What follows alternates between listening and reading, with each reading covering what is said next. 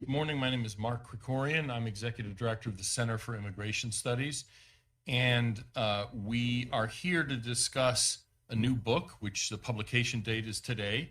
Let me hold it up for you. Overrun, How Joe Biden Unleashed the Greatest Border Crisis in U.S. History by Todd Bensman, an analyst with the Center for Immigration Studies. This is his second book, and obviously timely. And so we are going to have Todd talk a little bit about his new book, which is on all the usual places where books are sold. And then we're going to have two respondents who are going to be talking about some aspects of the issue of the Biden border crisis and the book that they're intimately familiar with. So first, our author, Todd Bensman, was a foreign correspondent, reporter for a number of years, followed that by being an intelligence analyst with the Department of Public Safety in Texas, and has worked CIS since 2018, I think. Is that right? Yep. Yeah. Goes fast. Yeah, exactly. So, and then responding to the book and sort of offering their own insights and from direct experience are two people who have some interesting perspectives on this. Charlotte Cuthbertson is a senior reporter for the Epoch Times who covers border security, which itself, of course, is interesting. But she is herself an immigrant, originally from New Zealand, now a U.S. citizen. But after a number of years of living in the Acela corridor, she has now been, for the last couple of years, living basically on the Texas borders, covering the border from the border. And so we'll have some interesting stuff to say from her front row seat down there on the border, seeing what's been happening with illegal crossings, illegal immigrants running from the Border Patrol and what have you. And our other respondent is Chuck Holton, who is a freelance correspondent, often covers war zones. He's currently based in Panama and has reported extensively about sort of upstream part of the Biden border crisis, specifically what's happening at the Darien Gap in eastern Panama. That gap, because it's an area where there's no road connecting from all the way from Alaska to Tierra del Fuego. There are roads except in that one little gap. And so it's a jungle passage that people making their way north to our border from South America have to go through. And there's all kinds of horror stories about what's going on there. Chuck reports from there often, has actually been a guide for at least one congressman, maybe more, I don't know, to see firsthand what's going on there. He, for a number of years, he's authored a number of books. He's been reporting for a number of years for the Christian Broadcasting Network, and he has a video podcast called The Hot Zone with Chuck Holton that you can Google and find out. So we'll start with Todd, then Charlotte, then Chuck, and then we'll take questions, if any. Todd? Okay. Well, thank you, Mark, and I appreciate being here and finally having the book out. As he mentioned, I am a recovering journalist, and an old journalism aphorism holds that a primary purpose of journalism is to write the first draft of history. I wrote Overrun in that spirit as a first draft of this particular historic event. And one of the primary missions of the book is to establish, in fact, that this is a historic event in U.S. history. Nothing like this has ever happened to the United States.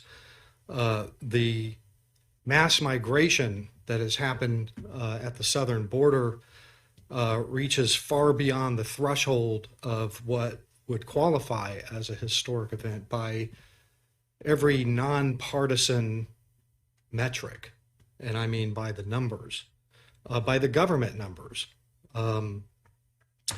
So events like that always warrant book writing. Somebody needs to write a book about historic events that are happening. This particular one is still in progress. Makes it a little bit difficult, but we've had 2 years of this to happen, and we need to have comprehension about how we got here so that at some point we can figure out how to get out of this. The subtitle of my book, How Joe Biden Unleashed the Greatest Border Crisis in U.S. History, is supported by the numbers. So I thought I'd take you through some of these numbers. Every record since President Eisenhower established record keeping for this sort of thing in 1960 stands smashed completely. Between 2010 and 2016, Border Patrol apprehensions typically never exceeded 500,000. We might have exceeded that once or twice here and there, but they didn't exceed 400,000 in 2011, 2012, and 2015. But then in 2021, they broke through the ceiling at 1.7 million in a fiscal year and kept going to 2.4 million in fiscal 2022. Mind you, from 400,000 in a typical year, which seems like a lot, at the time seemed like a lot, to 2.4 million. So far in 2023, like I said, this is still ongoing, 874,000 in the first few months. We're on track at that rate to hit 2.8 million if it stays, if we remain at that rate. They've changed rechanneling a little bit through the ports of entry now, so you might not see it like that, but rest assured, just as many people will be crossing through the ports of entry under the new humanitarian parole as would have crossed had they been jumping illegally. To give you some context, a few years ago, the former Secretary of DHS, Jay Johnson, was quoted saying, "If I woke up in the morning and apprehensions were more than 1,000 a day, I was going to have a bad day." We were in real trouble at 1,000 a day. We stand for years now at 7,000 and 8,000 a day. That's history in the making. 200,000 a month. In December, we had 250,000 in a single month. Think of 4 Super Bowl stadiums filled coming through that border every month. 4 Super Bowl stadiums. Border Patrol altogether in the last 24 months has laid hands on a stunning 4.6 million people, 4.6 million times since Inauguration Day. And this traces to Inauguration Day, as I'll explain, and as the book shows. As a defending force, the agency collapsed Border Patrol agency collapsed in retreat so that it could do the administrative processing necessary to move all those people into the country. That left long swaths of the southern border undefended, nobody there. I've been there, I saw it, I've driven it, no Border Patrol. Those are the people that we know about, but there's a whole other segment that we know less about, except that it happened. These are called gotaways. These are people who are running and got away through those undefended gaps. We can see that in addition to the 4.6 million, we might want to count, conservatively speaking, another 1.5 million who got away through the border, meaning they penetrated past the 100-mile mark and are in the interior of the country. Before the Biden administration, that number might have been 20,000 or 30,000 a month. Now we normally see 60, 70, and 80,000 a month gotaways just coursing through that border. The number who have actually gotten in, remember we've had Title 42, the pandemic era pushback policy for COVID. We were pushing under Trump probably about 88% of everybody who was apprehended back. That changed the day after Biden took office and actually on Inauguration Day to where they were opening huge exemptions for certain categories. And so we know that at least 2.4 million were actually allowed into the country in just the first 18 months of the crisis. You can extrapolate beyond that. We lost track of some of the records for that because those came to us via a court case that required the government to report. And that ended in June of last year. So we don't really have a good handle on how many have been allowed in to the country, but that rate indicates at least 6 million people will have joined the United States by the end of Biden's term. That's probably a conservative estimate, given the gotaways, et cetera, and that it may very well be 7 or 8 million over the next 2 years. That is altogether for the 4-year term. That is a mega city on the order of LA and Chicago combined, added to the country. There are other metrics, first time evers, that show that this is history. For example, 295,000 unaccompanied minors have entered.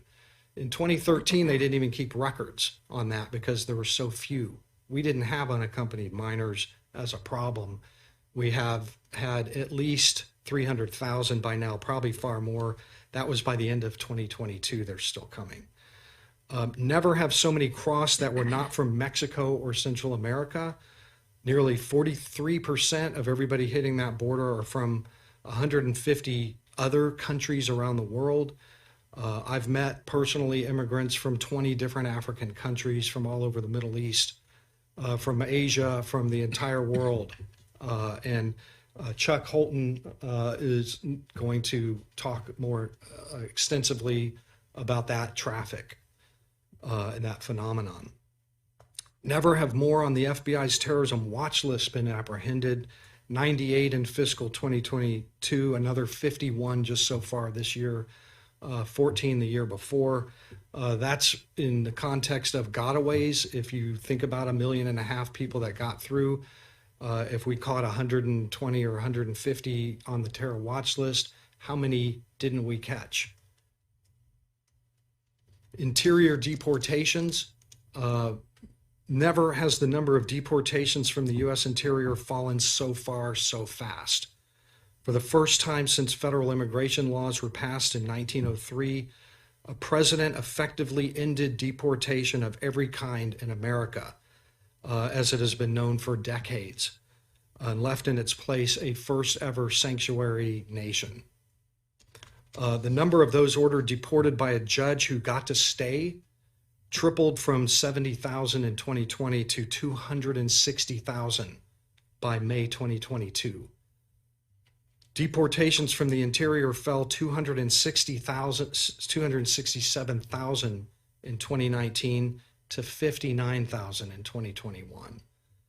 Under Biden, ICE arrested 48% fewer convicted criminals, deported 63% fewer criminals, and issued 46% fewer requests to other law enforcement agencies to detain criminals. I could go on with these numbers. We have never been here in this country. That warrants a book. It also warrants regular media coverage, which we have seen precious little of for such a major transformational event. Never have Mexico's ruthless crime syndicates and their paramilitary forces earned so much money from their control of the crossings and from smuggling.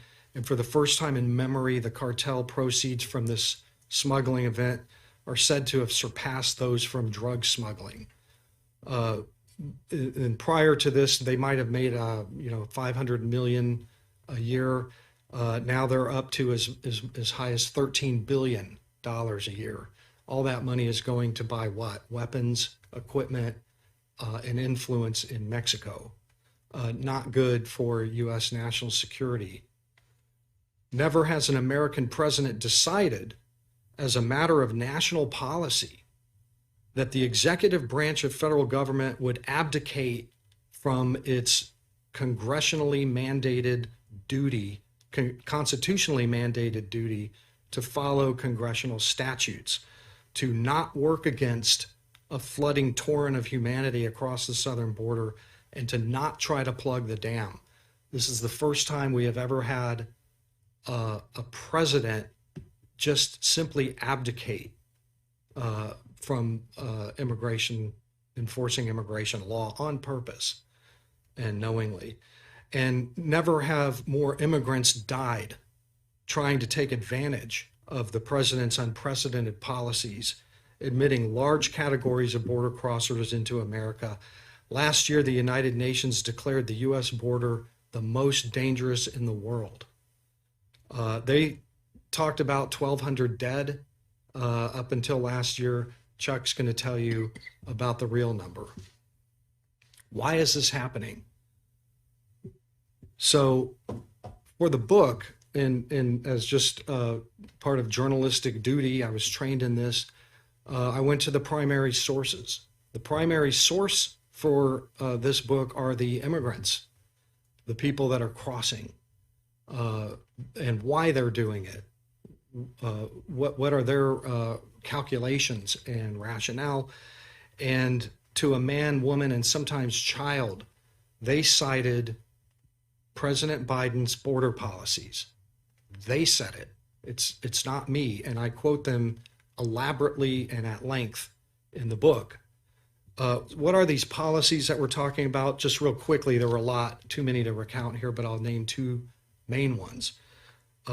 One is that the president, when he entered office, decided to open up huge exemptions to Title 42 pushbacks for three main categories: family units, pregnant women, and unaccompanied children.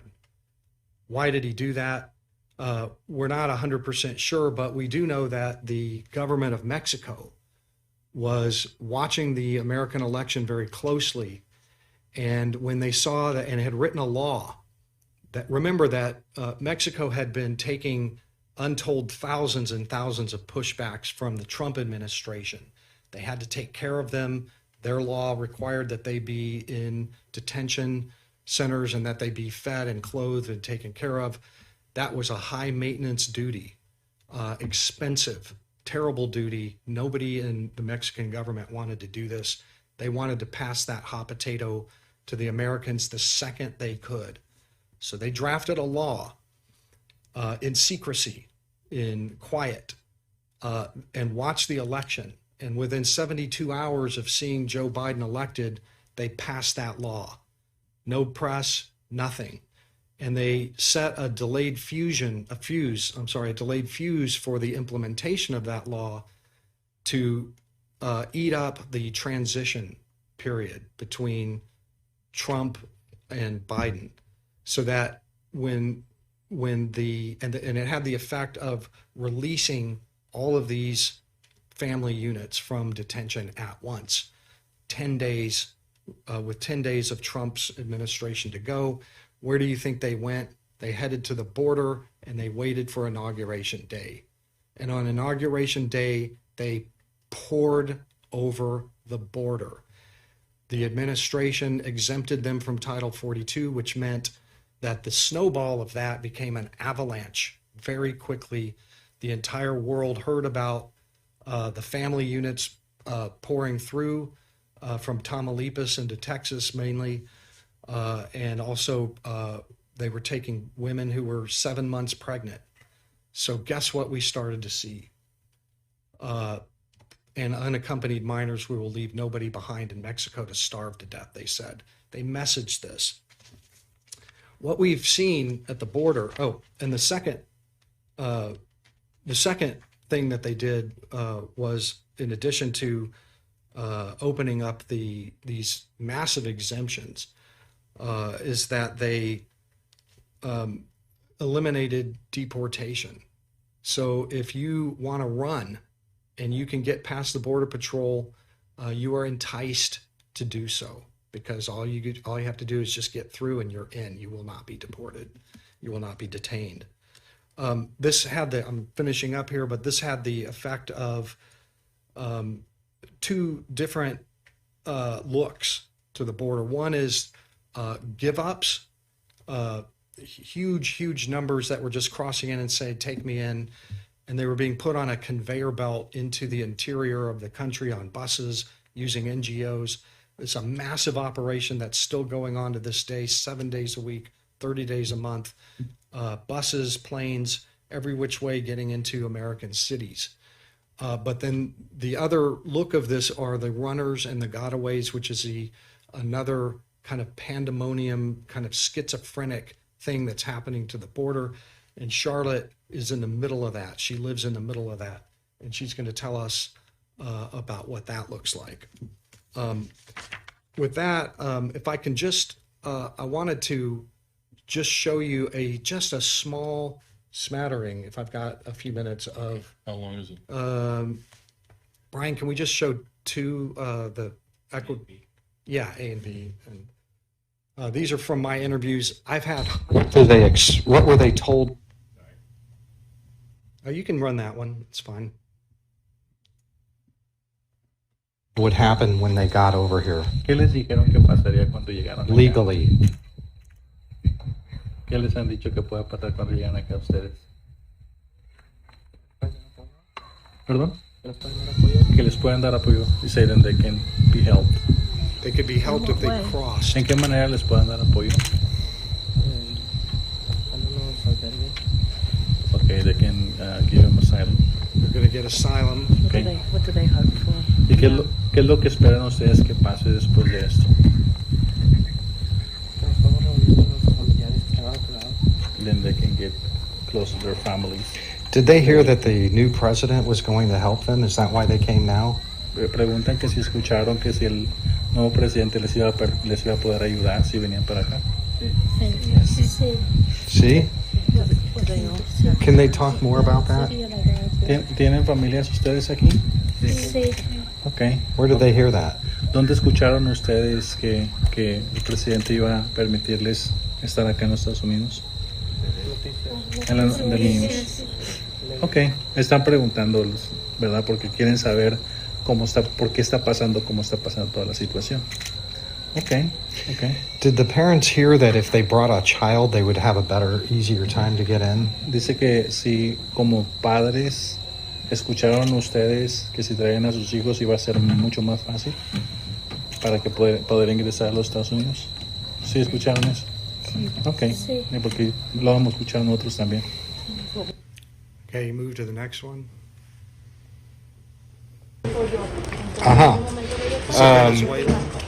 What news were they hearing from the border that made them all of a sudden decide to leave? ¿Escucharon algo en las noticias o en redes sociales de que la frontera está abierta y decidieron venirse? Sí, pasaron varios conocidos. Estaban ayudando a Yes, los that they were helping the venezolanos. Venezuelans. Y ya veníamos con tanta ilusión, hermano, con tanta fuerza, esperanza, que apenas salimos de la selva nos pagaron todos nuestros sueños. Yeah, so we had heard that they were helping the Venezuelans, and that's when we sold everything. We're already in transit. We had just crossed the Darien Gap, and that's when we heard that they were applying Title 42 to Venezuelans. What kind of help did he hear when he says help? What does he mean by help? The Cuando Americans te help? refieres de que les están dando ayuda, ¿a qué te refieres? Que los estaban dejando ingresar al país. Or that they were letting us into the country. Ah, Lo estaban apoyando, no nos estaban repulsando. That they weren't being expelled. Decidimos vender nuestras casas, nuestras cosas y todo nuestro coroto para correr atrás de esos sueños de cualquier persona, hermano. Yeah, and that's when we heard that they were allowing Venezuelans to enter the U.S., that's when we decided to sell everything and make the journey. okay. Pass the dais. Thank you, Todd. And as you can see from the videos and as from Todd's comments, this is a reported book. This isn't kind of just a wonky book. There's wonkiness in it. There's tables, a couple of them anyway. But this is Todd talking to actual people and reporting on what's going on. I especially like right at the beginning, he has relates a conversation with a coke snorting illegal alien border guide leading people across the river, which was a colorful scene, but he's run into a lot of that stuff.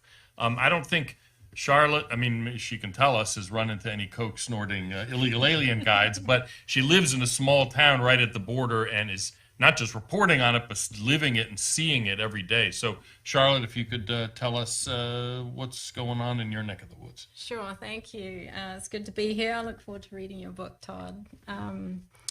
So I live in a very small Texas rural county called Kinney County in southwest Texas. And last week when I told a friend that I was coming up, she's 87, told her I was coming up to DC to talk about the border and the smuggling issue. And she said, well, you tell them that your 87-year-old friend sleeps with a pistol under her pillow now. So that kind of encapsulates the change that's happened in the area where I live. So Kinney County is the red box there.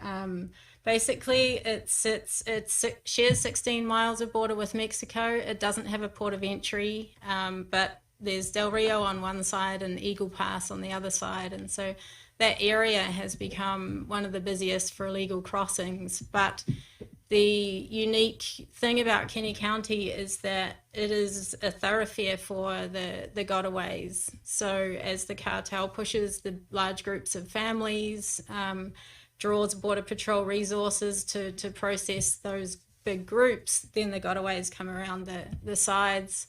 And they're trying to get to San Antonio, which is sort of their first big hub, which then they can distribute throughout the US.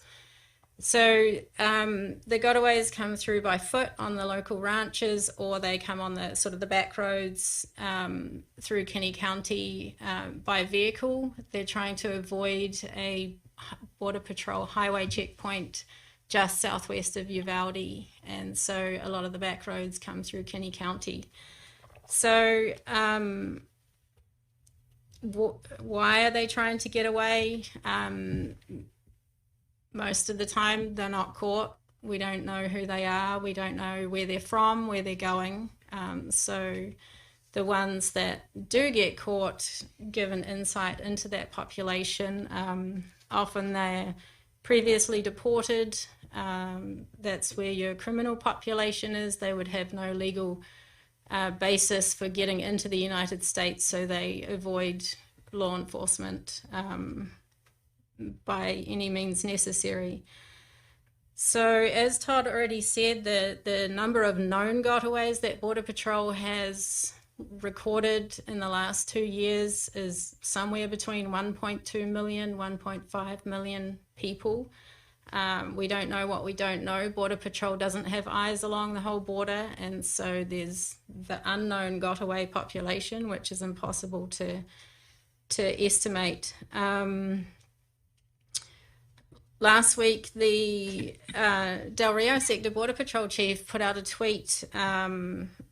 He said that their agents had just apprehended 3 child sex predators within 48 hours, including a Salvadoran man convicted of child rape in Washington State, a Mexican man convicted of lewd acts with a child in Florida, and a Salvadoran man convicted of unlawful sex with a child in Utah.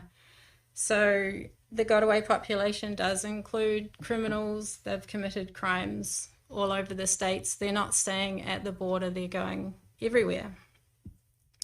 So let's see. So the people that are getting away, the ones that walk on the ranches, the private ranches, I just want to read you a couple of quotes from a couple of ranches that live on the border, and they see a lot of this traffic come through their property. A lot of them can't use their property as it's intended. This is from one rancher. I've personally lived here for the last 26 years, and what I have witnessed over the last 2 years has been completely insane. Safety has become a major concern. My wife, my kids, our employees, and myself wear a pistol everywhere we go on the ranch. We've been cussed at, threatened, had rocks and sticks thrown at us. Our dogs have been beaten on multiple occasions by illegal aliens. Every hunting camp I have has been vandalized. Our headquarters have been broken into. Over half of our highway gates have been run through. Most of my hunting blinds have been vandalized. One was set on fire and several used as bathrooms. So it's a daily occurrence for the ranchers down there. Another rancher, he talked about how in 2014, Border Patrol apprehended 37 illegal immigrants on his property. He now sees on his own cameras 10 miles in from the border at least 200 individuals a night coming through his property. He's had to hire, he's moved his family off the ranch. He's had to hire a full-time employee who spends 40 hours a week fixing fences and picking up trash. That's all he does. He talked a little bit about the financial loss, which is hard to estimate because they're just patching things up, mostly water-related, water troughs for the animals and the fences. He estimates he spent about $300,000 last year just patching things up. If he had to replace it all, it would be more than $800,000. So aside from the walkers, there's the smuggling in the vehicles, and I just want to show you a 2-minute video. It just kind of, I guess, encapsulates the issue a little bit. It's a draft intro of a documentary that I've got coming out soon.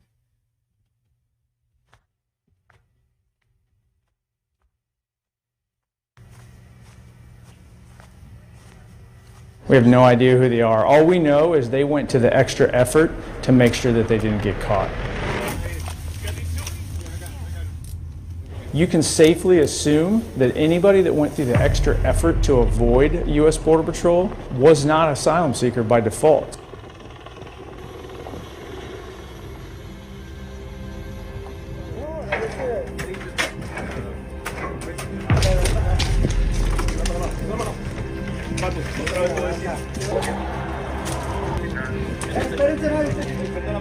They're far from asylum seekers. But we're getting a little everything. We're catching sex offenders, murderers, people that have been deported for various heinous crimes.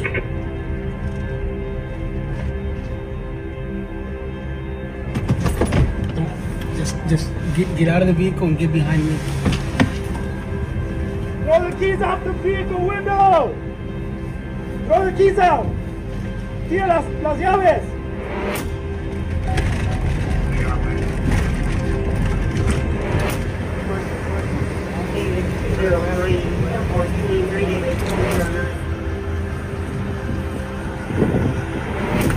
No se muevan. Give me a black Dodge pickup, 2500 at least. Bail out. Oh, they're gonna bail out. Going through, you actually drove through the fence.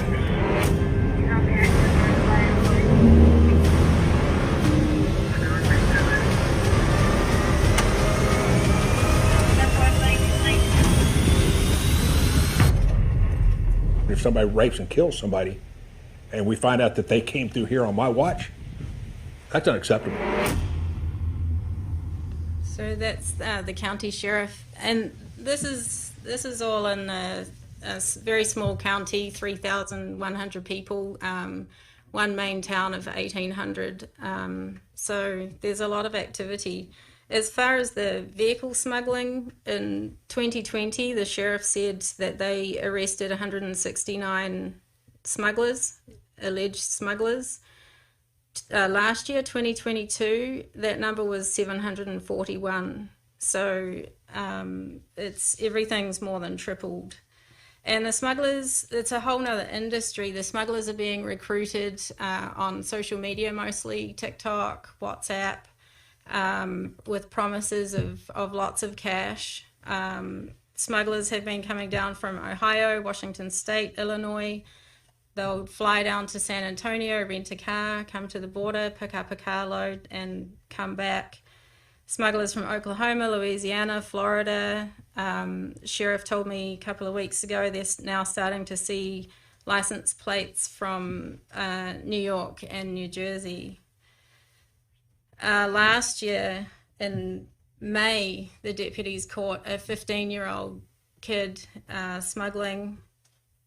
During the traffic stop, he tried to run over one of the deputies. They shot him multiple times. He survived. He was back in October. Sheriff said he still had holes in him. He was still healing. He was back in October picking up another load. So another smuggler was being chased by Texas.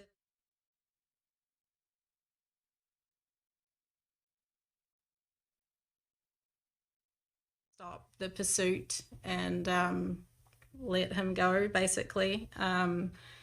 Another smuggler crashed into a house in the town, 2 occupants in the vehicle. A lot of the times that when the smugglers flee, they'll crash. There's been carloads of just 11 bodies flying everywhere. Helicopter from San Antonio for all of the injuries. EMS director has said that his average call outs for a year for the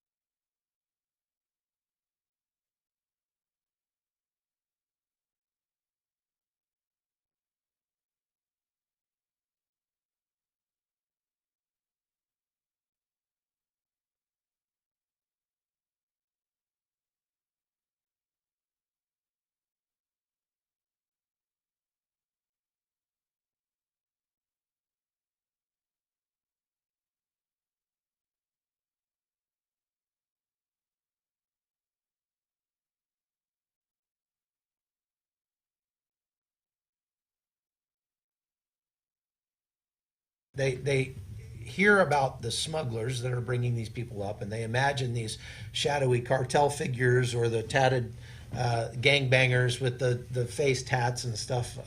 And there are some of those. But what we find is that a vast majority of the smugglers are the governments themselves, including our own government. As I've reported on immigration, not just in Latin America or even in the Western Hemisphere, but around the world, one of the things that you see is that immigrants are virtually always used as weapons. They're weaponized in one way or one form or fashion. in this case, the amazing thing about this flow, the overrun that Todd is talking about in his book, is that what we'll find is that the migrants are being weaponized by our own government against our own citizens. And this is a very strange kind of dynamic that affects everything about how they get here and why. So I want to show, for those of you that are not familiar with the Darien Gap, I want to give you some visuals to kind of have in your head while we talk about this, talk about the difficulty and the danger of coming through the Darien Gap. And while you see there on the map, this is the border between Colombia and Panama. It is about the most extreme topography on planet Earth. Bugs the size of your hat, house plants the size of houses. This is there's a swamp the size of Delaware in there. And that's one of the reasons why you will never see a road through that area. It's also a very good barrier to slow down the drugs coming from South America, and even to slow down diseases like hoof and mouth disease. There's a long-running program right along the Darien Gap that's paid for by the U.S. government that continues to this day, where they fly airplanes over the Darien Gap every week and drop screwworms they drop a bug that kills the screwworms that carry the hoof and mouth disease. And so it's an important ecosystem down there, and that ecosystem is being destroyed by what we're seeing with just record numbers of migrants. When I started covering the Darien Gap in about 2014, they were seeing annual numbers that equal monthly numbers now. And that's never happened before. This has only happened during the Biden administration. So now we're seeing last year 250,000 people coming through the Darien Gap from 150 different countries. And so let's take a look at this video that I have that shows this is the most recent trip I made down there just a couple weeks ago. And one of the interesting things that we see happening, the shift in the kinds of people that you see coming through there now. So.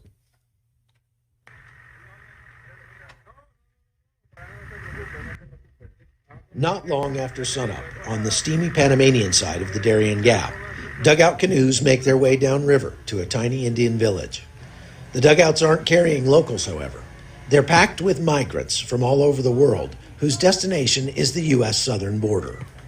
Recent policy changes by the Biden administration allow 120,000 migrants per month to skip this challenging trek by pre-registering using a new mobile app.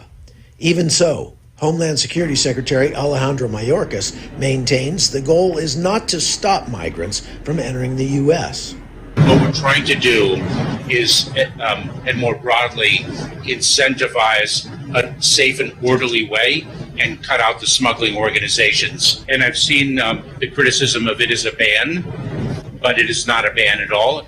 Since the new policy only covers Cuba, Haiti, Nicaragua, and Venezuela, migrants from other countries now fill these routes. The migrants that are coming into Puerto Limon here are the lucky ones. They're the ones that had a little more money and were able to take the shorter route through the jungle that only took 3 or 4 days instead of 6 days or more. These tend to be more from places outside the Western Hemisphere, places like China, Afghanistan, India, places like that. We're going to go down and talk to some right now. Many Chinese people said they decided to come now because of their country's harsh zero COVID policy. Somalia? Mauritania. Wow. Somalia? Wow. Among those arriving at Puerto Limon this day included 2 American journalists, Ben Berquam and Oscar Ramirez. They'd just followed the migrant trail all the way from Colombia, walking 3.5 days through the jungle. As we're heading out, we see the same group stuck here, waiting to figure out what to do. Ask them what happened to their guide. ¿Qué les pasó con el guía? It was way harder than what I thought that it was going to be. On the first day, it was really hard. We got a little bit lost right there in the second day, so we had a backtrack. That was double the effort. And on the third day, we were exhausted. You know, a lot of the people were dehydrated. We saw a lot of migrants dehydrated, so it was really bad. He's not exaggerating. Yet Colombian smugglers are using videos like these to advertise in China, making the trek seem like a fun and easy hike in the woods. Chinese pay smugglers up to $20,000 per person, although the true cost is measured in misery. It is completely destroying the environment. It is risking their lives. It is risking child's lives. It's human torture, what they're doing, and they're abusing people. That is the most shocking thing for me, that they put a human being through that, and they're promoting that. It's really false advertisement, what they're doing. Second Lieutenant Vicente Guerra and his team of Senafront Border Police regularly recover bodies of those who die of heat stroke or drown during river crossings. The dangers these migrants face are enormous because they have no experience surviving in the jungle. Others bring children through this. It's a whole different level of risk they are taking. We carry everything we need in case we have to spend the night in the jungle. These people have nothing. On this trip, the Senafront team accompanied Ben and Oscar on their journey, making careful notes and keeping an eye out for bandits known to prey on migrants.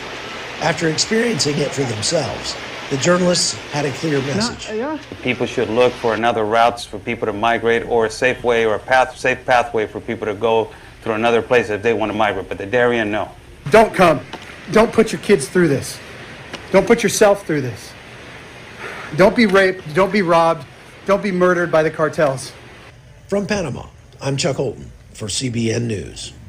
So I think I want to go back to the quote from Alejandro Mayorkas there. What he said, he did not say we are trying to stop people from coming. We're trying to discourage people from coming. He said we are trying to incentivize people to come.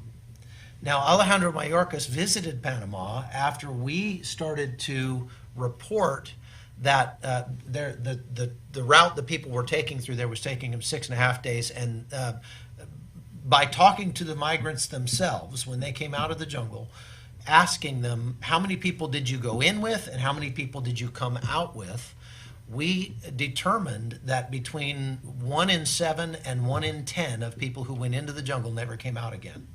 Now, many of those people don't show up on any database. They don't even have passports. Many of them are stateless persons, or if they did have a passport, they got it robbed or they threw it away. They very often get rid of them on purpose.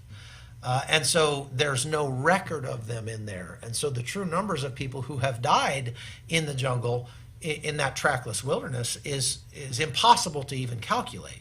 But again, just the best way we could do it was saying, how big was your group when you went in and how big was your group when you came out? We even went to the Colombian side and looked at groups and met people as they went in, and then came around and found them on the Panamanian side when they came out and measured the people they were missing.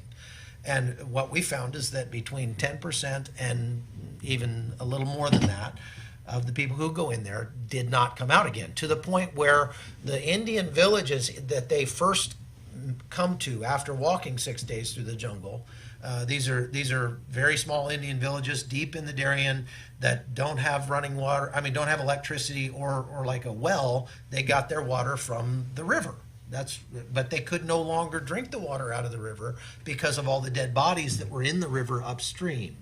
And so they were having to bring bottled water into a place that gets 12 to 15 feet of rain a year in order to drink, so that their people could survive, because they couldn't drink the water out of the river like they've done for 500 years or more. So the changes that we're seeing is that, and you might ask, like, well, why would people from Afghanistan and Syria and China come through the Darien Gap? Why don't they just fly to Mexico? Well, they come to the Western Hemisphere to the only place where they can get in, and that's typically Ecuador, because Ecuador will let anybody in without a visa. Sometimes some countries, they can go to Brazil and start there, but then they have to take buses up to the Darien, walk through the Darien. Once they get through the Darien Gap, though, the governments become the smugglers, because the government of Panama doesn't want 250,000 people in their country that they have to care for. And so they put them on a bus and drive them to the Costa Rican border. And at the Costa Rican border, they walk across, they get picked up by the authorities there, and they get put on a bus and taken to the Nicaraguan border, so on and so forth, all the way. It's a hot potato, like you said, all the way to the U.S. southern border, and they know this. They know this. So when it came out that you could get into the United States easier if you were a pregnant woman or if you had a child with you, we saw an explosion in the number of pregnant women and children walking through that jungle. And I'm talking about, like, I just met a woman the other day that walked through there with a 1-month-old baby, if you can imagine that. And so many of those babies would get washed away when they were trying to cross a river because there's no bridge. They had to swim across these big rivers, and they just get washed downstream. They'd lose them. They had, in 1 year, I think the year before last, they had 39 children so young that they couldn't tell you where they were from or even maybe tell you their name, come out of the jungle without their parents because the parents died of exposure or drowning or whatever in the jungle, and the children would come wandering out of the jungle with no parents. And Panama doesn't know what to do with them. They don't know where they're from. There's no way to even determine what country they're from. And so they would, and they don't have a system for that in Panama, so they would put them in a hospital or put them in a hotel or something and try to figure out what, they'd put an ad in the paper looking for family members or anybody that knew who they were. And when nobody came forward, then they would just give them a Panamanian name and put them in school. And so there's a lot of Juans and Marias that are actually from like Congo or someplace now that are now growing up in Panama as orphans. And Panama typically doesn't have an orphanage system, so there was no system to deal with that. So they had to create a whole new section of Centerfront to deal with that. What we're seeing now is a tremendous number of Chinese people coming through, and that doesn't diminish the number of Cubans and Venezuelans and Haitians that are coming through. Up until just recently, that was the biggest numbers of people coming. Those people now can come directly to the United States with the help of that CBP1 app if they have a sponsor in the U.S., but that has not diminished the numbers of them coming through the Darien Gap so much. And when you talk to them and you say, the U.S. government says you have to go through this CBP1 app, and they say, yeah, we tried, the website was down, or they say it's full, they've already reached their quota. Remember, that's 120,000 people a month that the Biden administration is escorting into the United States. And they're already claiming, as we said they would, that we have reduced the numbers of illegal crossers by 120,000 a month. No, they haven't. They've just pre-legalized them. It's like TSA pre-check for those people coming through, and it just allows them in. And then they, as the government very often does, they just change the metrics. They change how they measure. They don't change the numbers. They just change how they measure the numbers. And so the people that we're seeing coming through the gap now are saying, well, I'm from Haiti, but they don't know that, and I don't have a passport, so I'm just going to tell them I'm from the Dominican Republic, and therefore I'm not subject to that 30,000 a month quota coming through the CBP1 app. But as I showed there, we've seen a tremendous jump in the number of Chinese people that are coming, and they're coming for the same reasons everyone else is coming. Now, keep in mind, how many countries do they have to cross through to get to the United States border? It's over a dozen. And any of those countries, they could build a life. In fact, the majority of Haitians and Cubans that you see coming through the Darien Gap now on their way to the United States are not coming from Haiti or Cuba. They have for years been in places like Peru and Chile, making a living, making a life. They're well dressed, they're well fed, they have iPhones, they've been making money. But they're coming to the United States now after being 3, 4, 5, 6, 7, 8 years in making a life in another country, specifically because the gate is open. And so this is what you see. There's a direct correlation between the messaging of the administration here in the United States and the number of people coming through. There's a direct correlation in the types and demographics of the people coming through based on the policies of the United States, those pull factors. Okay, so the push factors that everybody talks about in the media is war and oppression. They're fleeing war and oppression. Well, yeah, Haiti's a really bad place to live. You don't want to live in Haiti. But the people that are coming to the United States that are Haitian are not coming from Haiti. They've been living in the Dominican Republic for many years. They've been living in Chile or Peru for many years. And they're coming right now because people are handing out cookies in the United States. I'm going to tell you a quick story about a Cuban couple to illustrate that point. There was a Cuban couple I met coming right out of the Darien Gap. Their feet were in such bad shape from trench foot that they couldn't walk by the time they got out of there. And I literally treated them, me and my sons, gave them first aid when they got out because the skin was sloughing off their feet.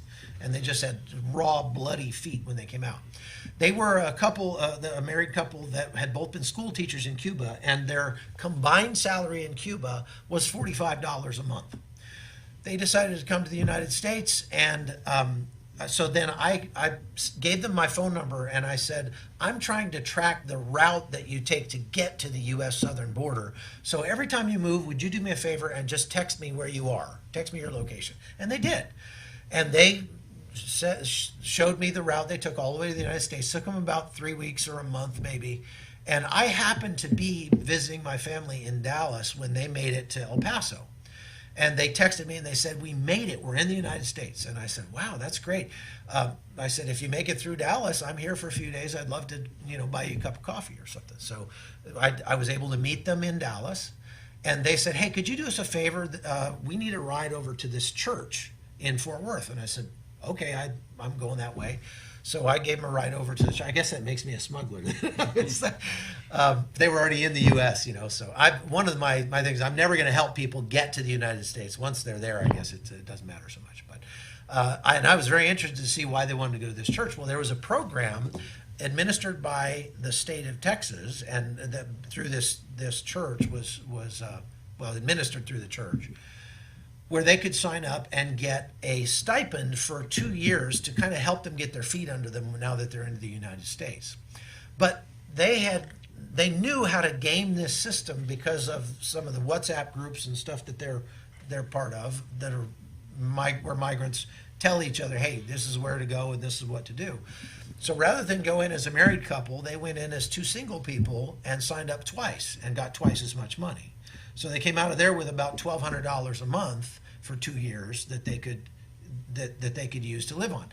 Then they got on a bus and went to Miami and signed up for a similar program in Florida.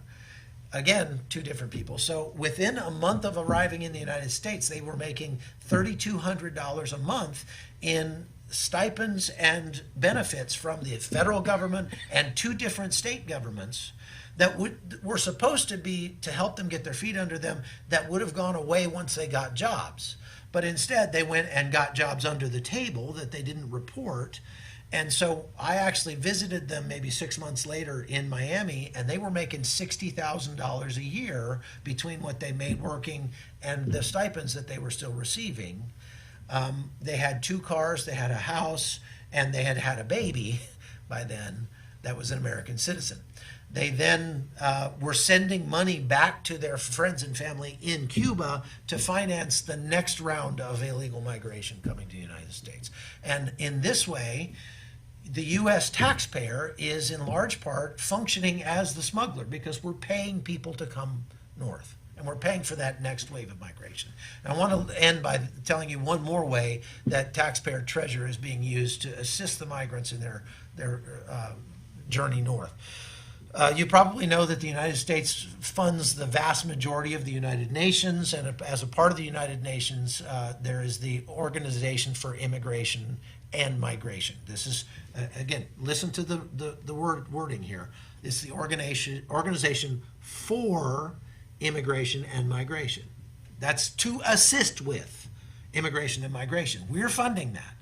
And what we've seen, as Todd and I have traveled around again, all over Latin America, is that in many places, these people would be stuck but for the fact that they can go to a center, they can go to an office in Cucuta, Colombia, in Tapachula, Mexico, in various places along the route, and they can register with the Organization for Immigration and Migration and can receive a check, or in the form of a debit card. They can receive a Visa debit card that they can then use to fund the next leg of their journey to survive as they go along. And this is happening all along the route, all the way up to the U.S. southern border. And we've seen it ourselves in many places. So with that, I'll end and we can go on. Thank you, Chuck. And Todd writes about that in the book about this UN funding, basically, which is essentially U.S. funding of this illegal immigration. And just, I just wanted to point out, Chuck, both his CBN reporting and his video podcast, The Hot Zone, it's not just border stuff or even just Latin America. He also has been covering the war in Ukraine pretty extensively, covered the war, the Azeri-Turk war against Armenia. He's been wherever anybody's shooting at anybody else, he's usually there reporting on it.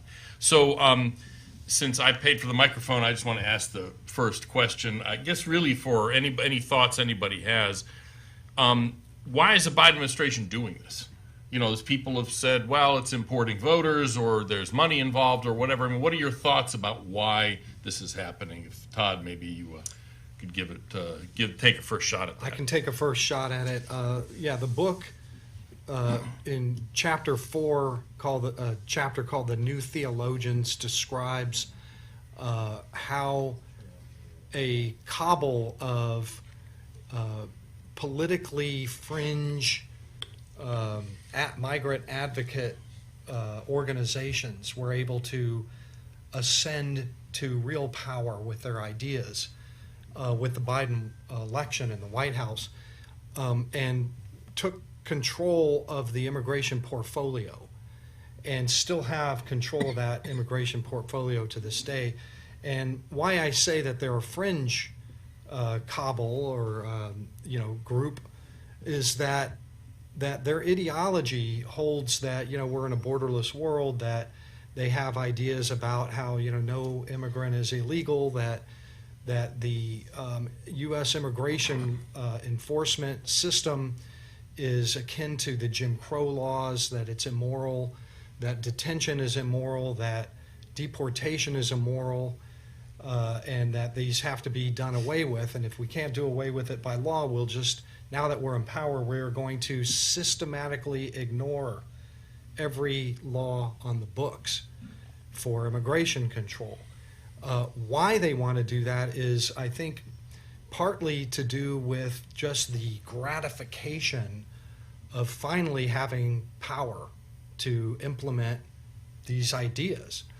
The book describes who they are, it names names, and describes how they ascended to power and where their ideology comes from. But I think it's also important to note that the mainstream, traditional Democratic coalition positions have never countenanced anything like this.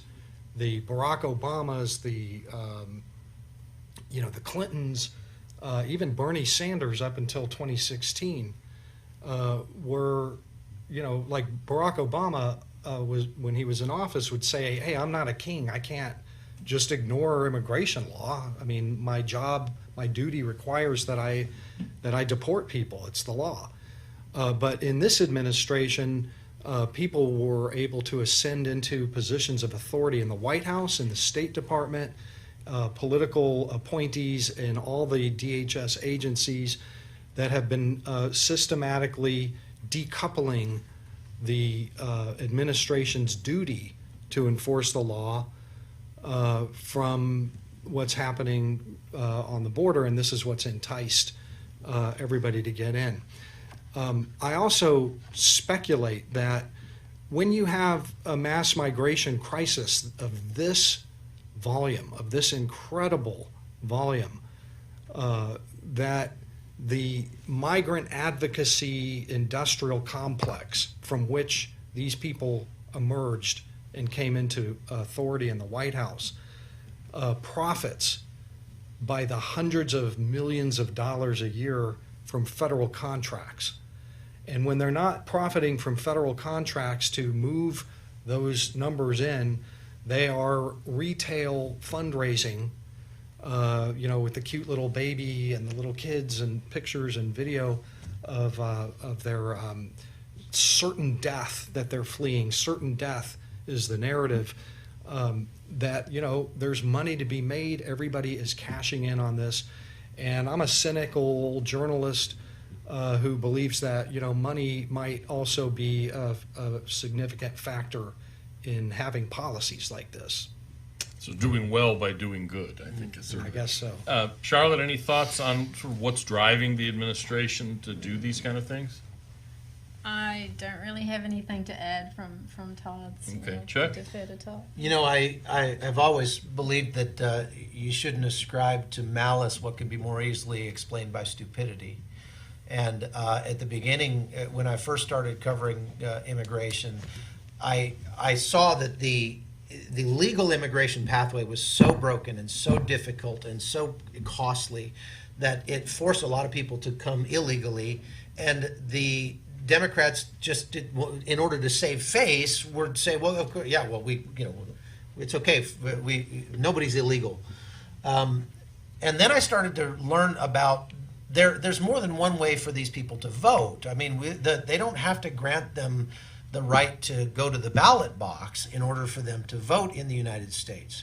Many things get apportioned based on mere numbers, and it doesn't matter if those numbers are legal or illegal. And so one of the things we saw, especially during the Trump administration, and that not because of the Trump administration, but because the census of 2020 was coming up, was that the left was pushing people toward these sanctuary cities. You've noticed a change in this, and I want to talk about this.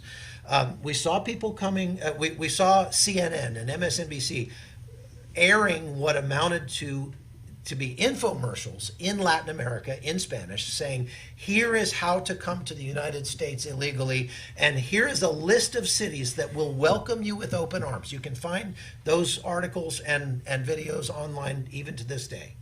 And they named these sanctuary cities. These are the places you want to go if you come here illegally. And it was kind of hard to wrap your brain around, like, why would they be advertising for these people to come to their cities when we know that it's expensive for them to host illegal migrants in their cities? It raises the crime rate. It raises, I remember, like in Charlotte, North Carolina, where 88% at one point of the crime that was being responded to by the police there was the perpetrators turned out to be illegal migrants. And so it's very costly. Why would they encourage that? Well, then you think about the way that apportionment works. The simple number of bodies in a place counts toward apportionment. And here, due to some great work done by some people here at Center for Immigration Studies, they figured out that the Democrats figured that they could pick up to 4 seats in Congress because of simple apportionment. That's a way that illegal migrants actually end up voting just by their presence. Okay. Now, what's the change that we've seen since the 2020 census is over now? Now there's not as much incentive for them to try to pack illegals into these sanctuary cities. And now when the Texas governor sends people to New York or sends people to Washington, D.C., the mayors of those cities really complain about it. They don't want those people there anymore. Now they want to send them to red states, send them somewhere else, anywhere except for our city. And so I think that is sort of proof of concept of one of the reasons why they want to do it. I think we have time for a question, maybe 2 if they're short, from the audience. Yeah. Well, I was just going to say, we've talked a lot about the impact on the borders and the suffering of the migrants, and these things really obviously matter. Can anyone speak to maybe some of the broader impacts on American society of a growth of 2 to 3 million in the illegal immigrant population in a short period? So, for example, we spend $15 $100,000 per student in the United States. So if you had 1 million kids, it's $15 billion. What does that maybe mean for schools in some places? And at a time we struggle to fund schools, or we have a record number of working age people out of the labor force right now. So maybe that's helping us ignore that problem and helping to keep, and real wages haven't grown, to keep pace with inflation, particularly for working class people. So I was wondering if you could speak to any of those issues, sort of maybe the interior impacts of this, more run of the mill, other than the very important issues of crime and social disorder and so forth. Todd, you have a whole chapter on a particular school district that's been affected by this? Right, I can take that. One of the central characteristics of this mass migration event is that the demographics skew to children, families, because those were the demographics that were exempted from Title 42 immediately from day one. And so you had this tremendous number of, I mentioned 300,000 unaccompanied minors, and you saw the immigrants up on the screen saying, yeah, if I have a child, I know I can get in. And those children have to go to school. In the book, it's hard to estimate how many came in, but I think I have something on the order of 1.3 to 2.6 million children, I think, have entered the country. And one of the obvious places where that's going to strike and impact is going to be on school districts, public school districts immediately. That is undoubtedly happening across the nation. What that translates into, and I do have in the final chapter, I showcase a small rural school district in East Texas that was swamped by over 100,000 illegal immigrants who piled into the local school district and forced nonstop annual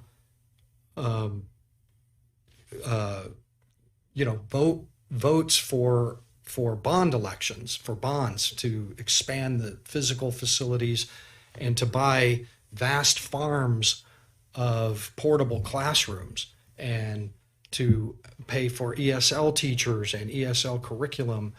That's a really extreme case study. It's actually a true happening case study in one small place that changed the nature of everything. And I believe that is happening at school districts across from coast to coast throughout the interior, bond elections, portable classrooms, ESL teachers, all sorts of other kinds of problems inside those school districts. That's not answering the overall labor question, but I think that's an obvious first impact for what is happening what's happened in the last 2 years. Yeah, I think let's take one last question. Yeah, and Neil Monroe from Breitbart. Can you guys hold the mic in front of you? Yeah, can you guys tell me where you see the federal money popping up along the immigration trail? What groups does it fund? What construction can we see on video? What bus lines does it operate? I mean, I can start with that, but so the United Nations, different components of the United Nations. Chuck mentioned IOM. It's also UNHCR and UNICEF. And all that, yeah. Yeah, all of them are involved in this thing.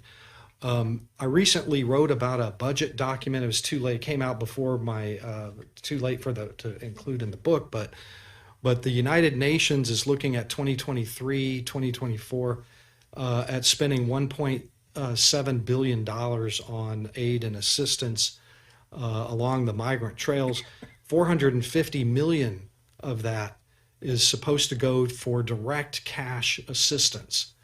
That means in the form of the debit cards that we see up and down the trail from South America all the way up to Reynosa, Mexico, for vouchers that are to pay for bus tickets for long range transportation of families north, to pay for lodging at hotels and hostels, youth hostels, and to pay for medical, pharmaceutical care, doctors, everything that you would need to stay on the trail and keep moving and actually help to be moved north. 450 million this year, and another 380, I think, for next year, million. So there is an infrastructure down there. I've seen it. I've talked to the migrants, the immigrants who are, they've showed me their cards, told me how much they get. The UN does not deny this. They've explained and defended it as something that is a humanitarian, coming out of a humanitarian impulse. The UN money also is going to fund operations such as legal training for asylum. They hold huge seminars educating thousands and thousands of people about what their rights are for once they reach the southern border or through Mexico. One operation in Mexico is designed to provide psychologists to unearth repressed memories of persecution so that they have this all together. By the time they reach the southern border, they're very involved. It's very intricately intertwined with the trails. We've even seen them step between Mexican federal police and the migrants to keep the migrants from being detained on the Guatemala-Mexico border, and hold off until the migrants run, and then they block. These are actual, agents of OIM that are out there assisting with this. One other thing that I just wanted to point out, because it's just kind of mind-boggling, on the Colombian side of the Darien Gap, the OIM and the UN are passing out tons of condoms. And that's because there are rape gangs in the Darien that are raping virtually all the women that come through there. And they're basically telling these women, you're probably going to get raped in there. So here's a condom you can give to your rapist in order so that you don't catch any diseases or anything like that. And Ben Berkwam and Oscar Blue, when they went through a couple weeks ago, they found tons of used condoms in the jungle on the trail as they were walking north. So this is unbelievable that the United States is actually funding birth control for the rapists down there. And I could go on and on, but we can talk more. One last thing about the cost, Charlotte. Where you are, I remember reading, I think Todd has talked about this or you've written about it, some of the schools have to build walls now around the property because of all of the flow of these gotaways and smugglers coming through the community. Yeah, where I live, the school is on one of the main roads that splits off into two smuggling roads come off that. And so the school spent $60,000 on giant boulders all along that road because there's so many high-speed chases along there and bailouts. I don't know if you know what a bailout is, but the driver stops and everyone flees. And then they have had to build fences around the school as well. And that school goes into... The school superintendent told me not so long ago that it's not uncommon to go into a lockdown at least once a week and sometimes several times a day just because of the smuggling activity going past. So this is a cost on top of the ESL and extra schools that Todd has talked about in that school district he described. This is actually security, essentially, in places that are in the way of the smuggling routes, an extra cost. So let's end it there. I want to thank all the panelists, Todd Bensman and Charlotte Cuthbertson and Chuck Holton. The book, Overrun, is on all your favorite places to buy a book, Amazon and elsewhere. And this panel will be on our website as well for people. It's recorded so people can watch it later. Thank you, everybody. Thank you for coming. And we will try to get the sales number of the book as high up as we can. Thank you, Todd. Thank you.